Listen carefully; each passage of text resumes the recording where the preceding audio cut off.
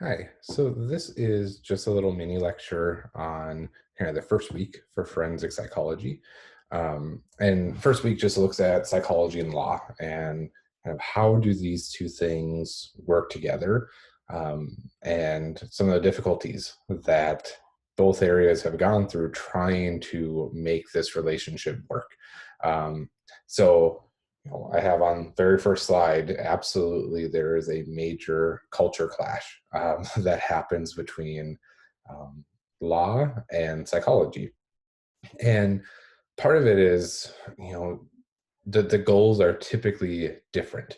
For psychology, we kind of consider it the scientific study of human behavior. So that is the main goal of psychologists, is figure out why somebody is doing what they are doing. The main goal of law is to ultimately kind of create some type of societal harmony, right? That the reason why we have laws established is because at some point in time it was rationalized that this is important to stop, or we need to promote this, or we're going to outlaw this tangential thing, but whatever it may be.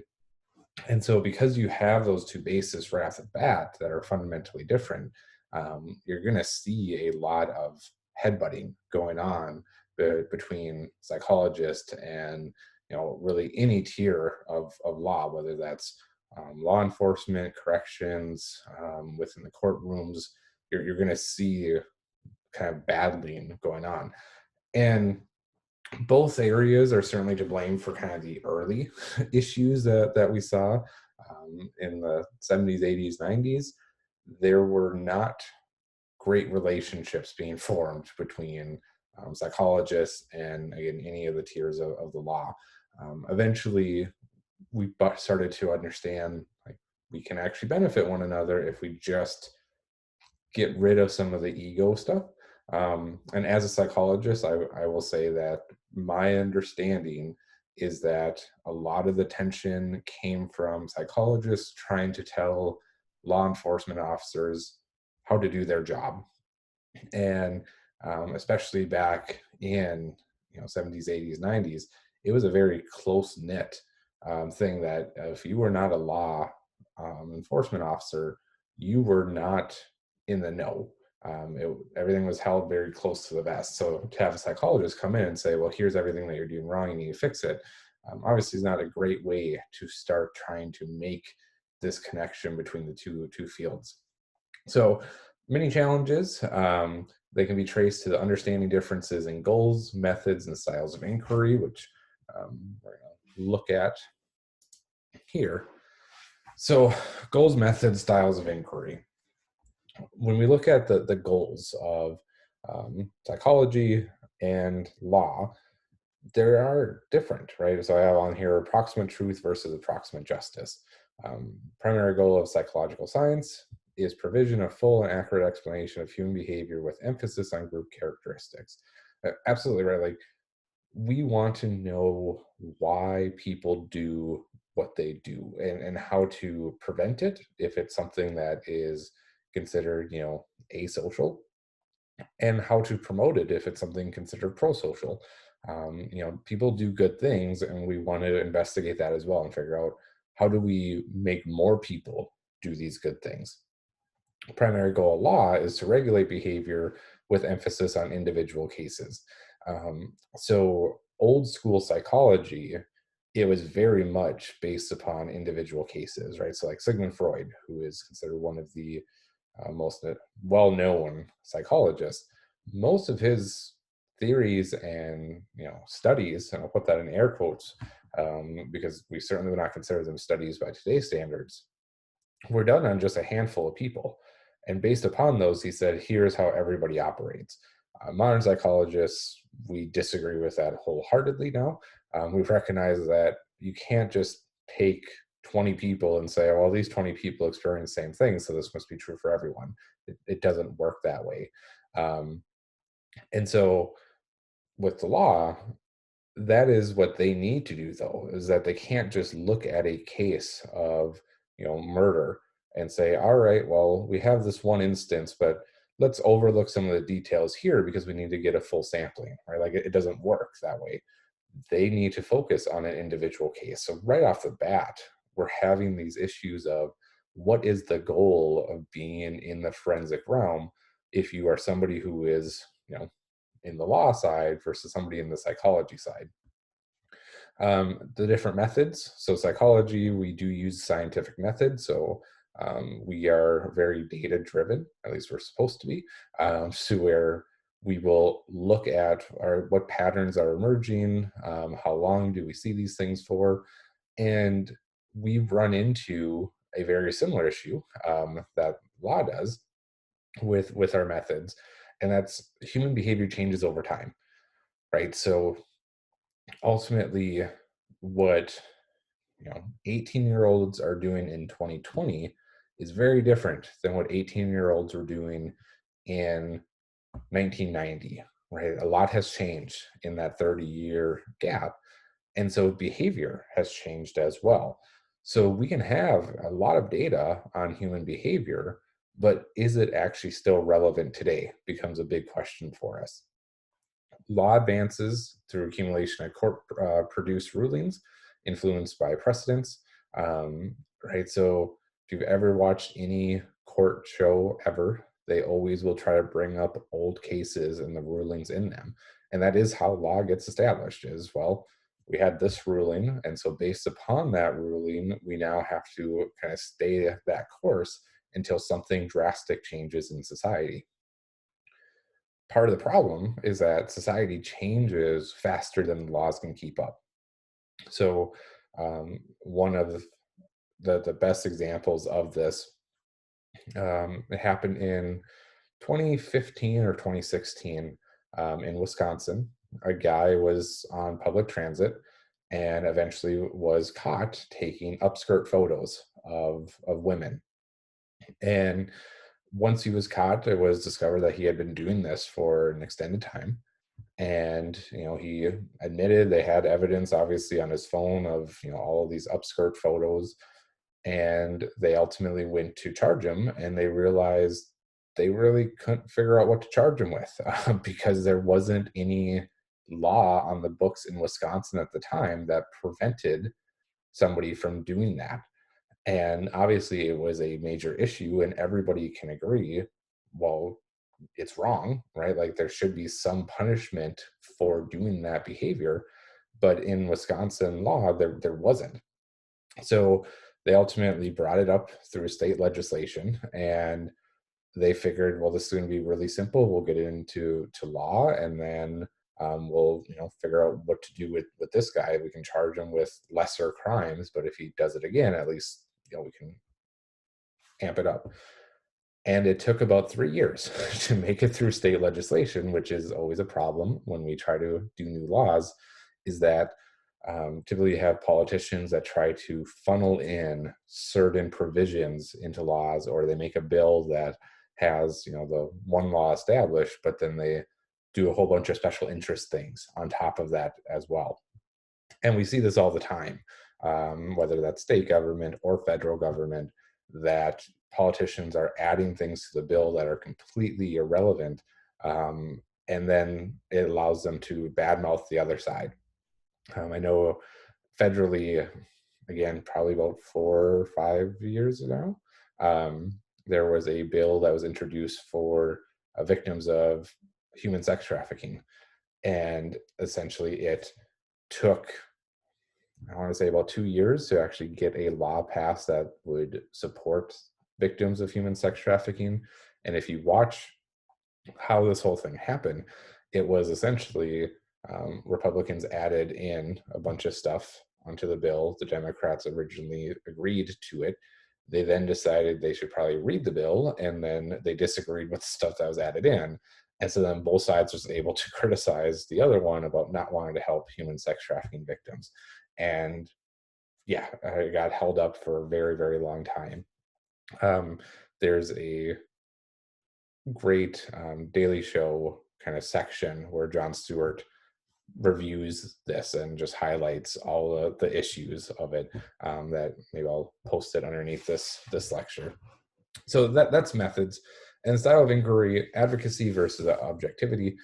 So psychologists, if we are in the forensic realm, we're typically doing our best to um, kind of be as objective as possible. Um, so I will say myself, my research is on sexual assault, and I have been asked to be an expert witness a couple times in North Dakota. Ultimately, my graduate advisor suggested against it, which she was absolutely right. I would not have been ready to do that. Expert witnesses, we'll get more into this quarter, but it's essentially somebody who has an expertise in a field that an attorney feels is going to benefit the jury, right? To have this expert speak to it. We typically see it with like medical professions, right? So you'll have the person, the doctor that did the autopsy come in and talk about what they found, and bring in some technical jargon. And you typically will have, if there's insanity defense or competency issues, you'll have a psychologist come in and talk about it. So with me, they were wanting me to bring up things that the research community knows about sexual assault and victims. And my advisor was like, I think you would be okay, but let's not throw you in there quite yet. And through that, I also had to kind of figure out what's my own hangups, right? My job, if I'm in that position, is to be an objective expert. So I don't try to sway the jury on anything. I just try to present the evidence that we know in the community. And knowing myself, I have my own hangups that would ultimately get funneled in to that role that shouldn't. The one that I always know that I would really struggle with is if it's a sexual assault where the victim is a child. I am almost always going to assume that the defendant is guilty, right? And that's not my role as an expert. My role is to be objective. It's not to try to sway one way or the other. And that's where, again, we have to understand that. So for anybody interested in going into forensics, like you'll need to figure that out for yourself. What are your things that you're just like, I can't get over this hurdle. So anything dealing with this type of case, I'm just not gonna handle. Um, and it's for the best of, you know, obviously everybody involved. Whereas when we look at the law, it's more so advocacy. Lawyers are ultimately there to advocate for their clients. Even if they feel like their client is completely guilty, they're still advocating for them within the context of the law. This is something that you guys will have to do in an upcoming assignment. I'm ultimately going to give you some minor details of a sex trafficking case, and I'm going to ask you to ultimately write up kind of opening statements and a little bit of a transcript of how would you, if you were the defense attorney, ultimately try to defend your client's actions. And again, it's extremely challenging to do when you know what they are doing is wrong and detrimental to society, but that's not what you're supposed to do in the context of the law, especially if you're a lawyer. Your job is to ultimately advocate for whoever has hired you or for whoever has been appointed to you. And so I always like to kind of push students a little bit with that assignment to where, yeah, you're going to be really uncomfortable and it's going to make you feel a little bit dirty. And ultimately, that's part of the law, sadly enough. All right, so here, just kind of a little breakdown of the previous slide. So not really going to highlight much more other than these two things, descriptive versus prescriptive. These are more so kind of setups of theories. So like with a descriptive type theory, it allows for adaptivity, that you can ultimately adapt and change the different things based on what you're seeing. Prescriptive is very much to the T of the way things are supposed to be, and that's where we see the law. If you read how laws are written, like it leaves open gray spaces, and we want that in all reality. because the reality is all of us have broken the law at some point in our life, and probably was not caught doing it. Everybody has most likely sped. Everybody has most likely, rode through a stop sign, if not just blatantly ran through one. Um, and then obviously you can escalate it up to, pirating different things, to maybe you've stolen something. Hopefully nobody in the class has ever murdered somebody else, but who knows? So, right, but it's there's that gray area there that we know it's wrong, but ultimately, are we actually ever going to be prosecuted for it? Especially with the lower end ones, such as, you know speeding and whatnot. We take that gamble, and we know, all right, well, every day I drive 75 in the 70 zone. I've never been pulled over. You could, right? The law says if you go over this speed limit, you are potentially going to be pulled over. Probably never has happened to anybody if you were going 71 in a 70 that a cop decides to pull you over, but it could happen, right? And that's because it's prescriptive. Um, Lots affects people throughout the lifespan, absolutely. Once you turn 18, the laws also change, or at least the punishments for the laws change, I should say. Um, Prior to that, juvenile defenses and um, punishments typically are viewed as lighter, that we give you growth period. And it's a weird kind of arbitrary date. As far as 18 years is concerned, you become an adult. It's something that culture has defined, at least the American culture has, and said, yes, this is the age that we're going to make that distinction. But we know from biology and neuroscience that you're still developing at the age of 18. Many legal issues are ultimately psychological as well. And the way I always explain this is, as soon as you are told something is illegal, especially if you don't necessarily agree with it, there's a little bit of thrill about breaking that, right? It's kind of the red button phenomena, that if you had a red button in front of you and somebody said, whatever you do, don't press that button, with no real context behind it, you're probably gonna be like, now I really want to do that, right? As soon as you told me I couldn't, I want to. We're kind of seeing that, honestly, with the COVID pandemic right now, that many people, if you were asked them, like, all right, what is your typical day like? It's, well, I, go to work, or I go to school and I come home, and honestly, I don't really care to go out much. I'm kind of a homebody. And as soon as that was pulled from them, the option of leaving their house and, going out and just window shopping or doing whatever it is, that before they're like, no, I absolutely hate that, there's a sudden urge of like, man, I really want to go do that now, because they can't. And so we say that there's a lot of psychological processes that happen when we look at legal issues. So forensic psych, the definition: use of psychological knowledge or research methods to advise, evaluate, or reform the legal system. Um, and I do have advise, evaluate, and reform on the next slide. Just want to make sure I did. So I won't go into much details on those right now. I'll save that for the next one. But yeah, I mean, definition, fairly simplistic. It really is just saying we take what we know in psychology and we do our best to apply it to the legal system in a way that's going to be beneficial for society. Now, that does not necessarily mean it's going to be beneficial to certain individuals, right? That's not the goal. The goal is for the larger order. How do we benefit them? So advisors, these are just some of the different things that might happen. Trial consultants is the big one, and the one that I will spend some time actually talking about this quarter. But essentially, a psychologist can be an advisor to a lawyer. And lawyers are allowed to select jury members. Now, they do need to come to an agreement, both the prosecution and the defense.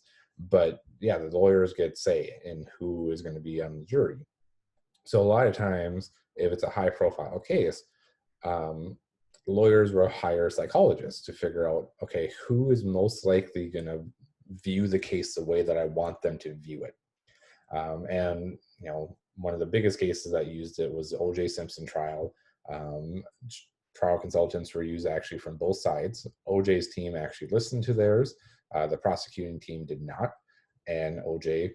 was acquitted of the murders. So ultimately, jury selection, witness preparation. So if you have somebody who's going to be on the stand, ultimately prepping them for, what type of questions can you expect? How do you best phrase this? Different type of strategies. One of the ones that can be used is a shadow jury. Extremely expensive to do, but it's essentially you have a jury that almost mirrors the real one. And as the days go on in the trial, you actually kind of run little samplings on the shadow jury to see how is this received? How do you like this term?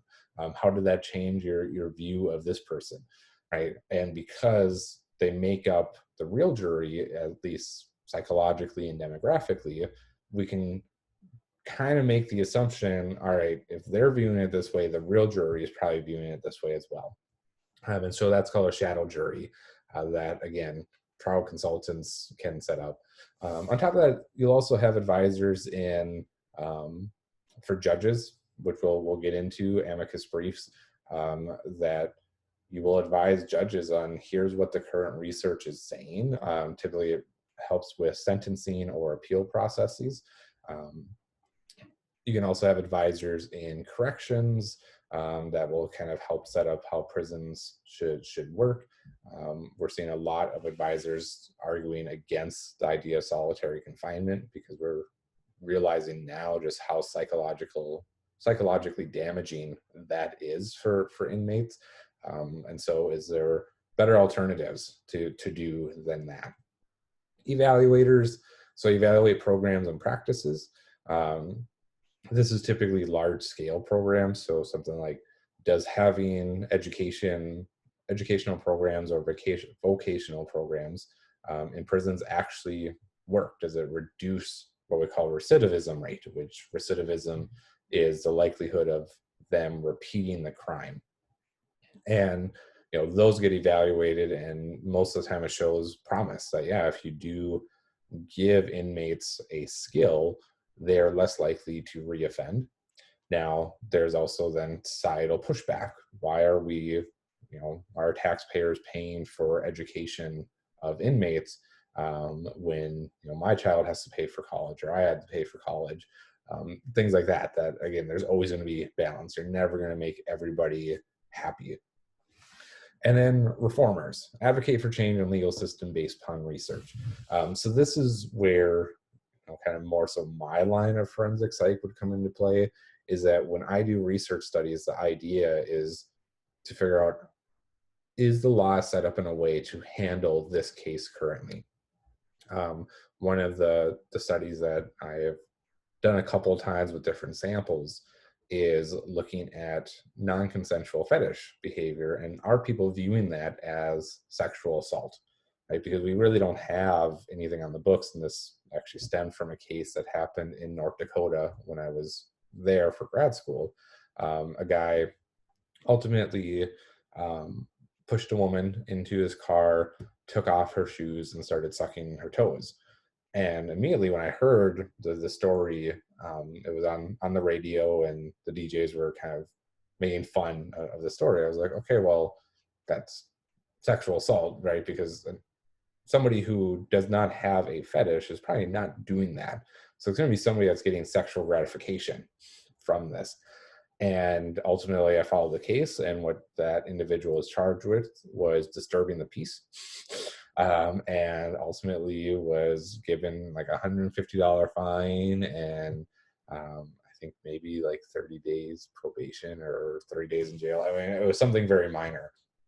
And that was interesting to me because I'm like, okay, that does not seem like it fits what the crime was intended to do, right? And intent is always an important aspect. Legally, intent doesn't, like, people always want to know what's the motive behind things, and honestly, the law doesn't really care. Like psychologists care because it helps us understand things, but we don't need a motive to actually break down and try somebody for a crime that they committed. Intent does matter with degrees, right? That first degree murder versus second degree murder, typically premeditation is the big thing, and that's a sign of intent. Um, but it's one of those things that just kind of shocked me. And I'm like, okay, I'm somebody who's researching sexual assault, so maybe it's just that I'm so close to that issue that it was really easy for me to see, and other people are struggling seeing that connection. And what I'm finding in my research is that's not true. Most people, when I set up the scenario, I just have them read a newspaper vignette, a fancy word for story in research, and most of them say, well, yeah, it's some type of sexual assault. It's not like first degree by any means, but certainly there should be some type of prison time or rehabilitation that's happening for this individual. And so that's the idea of reform, that you advocate for change. And so I'm hoping actually to publish that research sometime in the summer and just see, all right, does it gain any traction within the research community? Changing the legal system is a very long, tedious process. Typically, it's you build up this research community that now is interested in this topic. You get other researchers that are doing similar work, and you kind of build up this library of look at all the findings that are showing the same thing. We now have enough to actually bring it to the attention at state levels or federal level, depending upon honestly who's doing the research, and perhaps we get change down the line. So amicus curiae briefs, Latin terms, I've never properly been introduced to them, so I apologize. I will butcher all of them that we go over this quarter. But this is what I was talking about for judges, that it's typically judges who know that I don't know anything about what this actually means. You have to remember, judges are typically previous lawyers, so they know the law very well. That doesn't mean that they understand everything about the world, and especially changes um, that have happened. So they'll call in appropriate bodies, and many times it will be a psychologist, and they'll just ask, so what do we now know about this issue? The APA, which is the American Psychological Association, has done a lot of briefs for things like eyewitness testimony or things to do with LGBTQ rights and gender issues and things like that. Broad dissemination of research findings. So ideally, use of media. This does not necessarily mean that it's a good use of media. I'll actually bring up a very poor use that happened at the University of North Dakota, but it made national headlines, and it was not the right way to disseminate that research. But we'll get to that when we get to sexual assault legislation and public policy. So again, this is where we try to influence legislators, senators, congressmen and women to ultimately change something that is going wrong with the system based upon the findings that we currently have. All right, and then lastly, has psychology actually influenced the legal system? Sure. I mean, absolutely it has. Has it always been for good? No. That's where the problem lies, is that positive things that have been shown time and time again is when we can ultimately get judges to use the amicus briefs, we're typically seeing much better and much more fair sentencing decisions. Remember, judges, for the most part, in criminal cases, they don't actually decide guilt, right? That's up to the jury to decide. The judge decides sentencing. So if somebody is found, guilty, then the judge has the reign of, all right, here's the time that I'm going to sentence them to. Now they are typically given kind of like a cheat sheet that says historically here is what this crime would yield, but sometimes they can go off on their own. I always think of the Brock Turner case. So it's a little bit dated now, but Brock Turner was a student at Stanford University. He was on the swim team, ultimately raped a co-ed there. And many people were just outraged at the legal system because he was ultimately sentenced to like 6 months.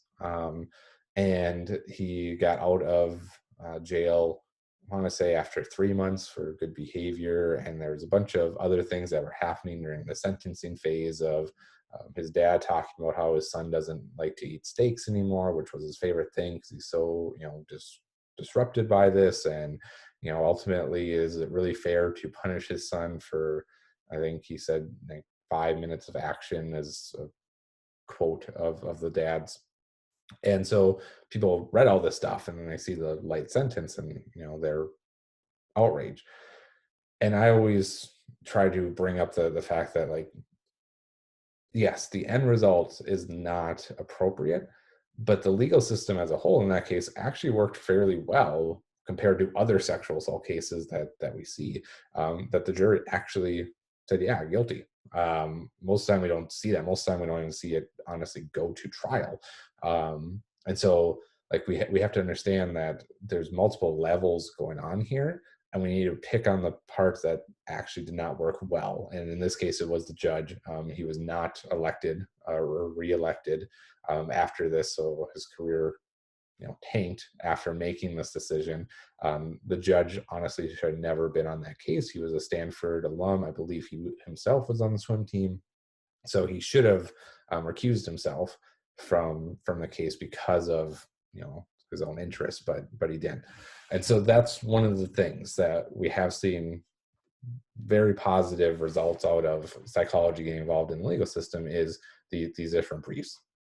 The negative aspects, manipulation research can occur. And this class is really the only class that I teach that I don't go into any research methodology, just because, again, my thoughts about this class is you're taking it out of special interest. Most of you typically are not looking to go into forensic psych as a field, and so I kind of just bypass the method stuff because I assume if you're interested in psych, you're probably taking other psych courses, and all of them go over methodology. If you're interested in criminal justice, the way that psychology does methods probably is not that intriguing to you. But yes, manipulation research can occur. It has occurred. It is a black mark for sure on the researchers that do it, and most of the time they are blacklisted from universities and grants. Judges have lower training in social science research and may be reluctant to use evidence, right? So yeah, the negative is you will have some judges who ultimately maybe be a little too egotistical to take the word of somebody else, and so they ultimately are like, nope, I don't need any assistance, I'm good. And yeah, they don't use the tools available to them. And social scientists are seen as politically liberal. And anecdotally speaking, most of the time, yes, social scientists are liberal. And it's mainly due to the fact of what the evidence points to. So, as somebody who teaches like social psychology, I always get pushback from some students that think like I'm speaking from a political motivating standpoint. I'm like, well, no, it's just what the evidence supports, right? So the evidence supports things like white privilege. It supports things like gender spectrum. It supports things like looking at DACA and supporting that program because of all the good it has for society, and these things are viewed as liberal viewpoints. But again, it's what the research points to as being correct.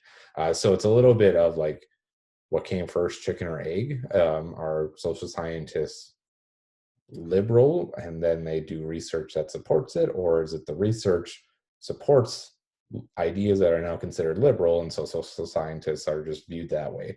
And it's a little bit of back and forth that happens, but ideally, if the research is done well, it's objective. So we just have to listen and follow what it says. Okay, so with that, that ends then this kind of first little mini lecture. If you have any questions about any content that was covered here, please do not hesitate to ask.